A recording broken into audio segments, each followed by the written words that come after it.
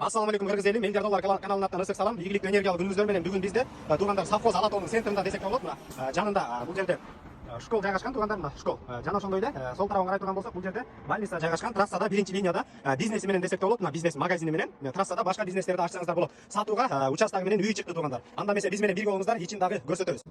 Мына анда эмесе үйдүн ичине да кирдик. Мына оң жакта ушундай беседка, алдында биякта подвал бар экен, чоң картошка мартошка койгон. Оң жагында мына магазин, бул жакта очоккана. Мына коро. Оң жагында мында ушундай үй жайгашкан, баардык ремонттор менен экен. Мына арт жагына өтө турган болсок, мына достор, навес, бул жер сарай болуп калат экен. Бул жерде доокана бар экен.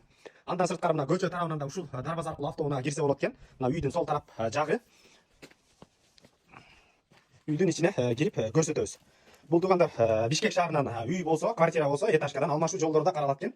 Киргенде эле мына бул прихожка, оң жагында топка, отопление кирген, үй жылуу, бул кухня кенен. Ремонту менен толук кандуу евро ремонт экен. Бул азыр свет өчүп калганга байланыштуу. Мына бул жерде оң жакта бир спальня жайгашкан. Андан кийин сол тарапка кире турган болсок, бул жерде душ туугандар, мына иштеп аткан. Биякта автомат жайгашкан. Андан сырткары биякта дагы бир бөлмө, холл десек болот.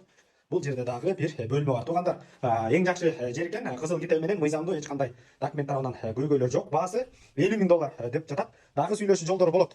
Тез аранын ичинде шашылыңыздар. Ала тоодо баардык жерге доступный, биринчи линияда 5 сотук жери менен кызыл китеп менен сатууга үй чыкты. Туугандар, досторуңуздар менен сөксүздүрө бөлүшүңүздөр. Эң сонун жер, суу, пуу, эч кандай маршрутка, такси, мындайча айтканда түбүндө баардыгы. Мына саламатта алыңыздар, күнүңүздөр берекелүү өтсүн. Мына достор, магазин негизи проходимый аябай школдун түбүндө жакшы иштеп аткан жер экен. Бул жерде 3 бөлмө жайгашкан. Анан бул жерде апабыздын жашына байланыштуу эле токтоп калган, азыр аябай кандай жакшы элдер тынбай каттап турган магазин экен.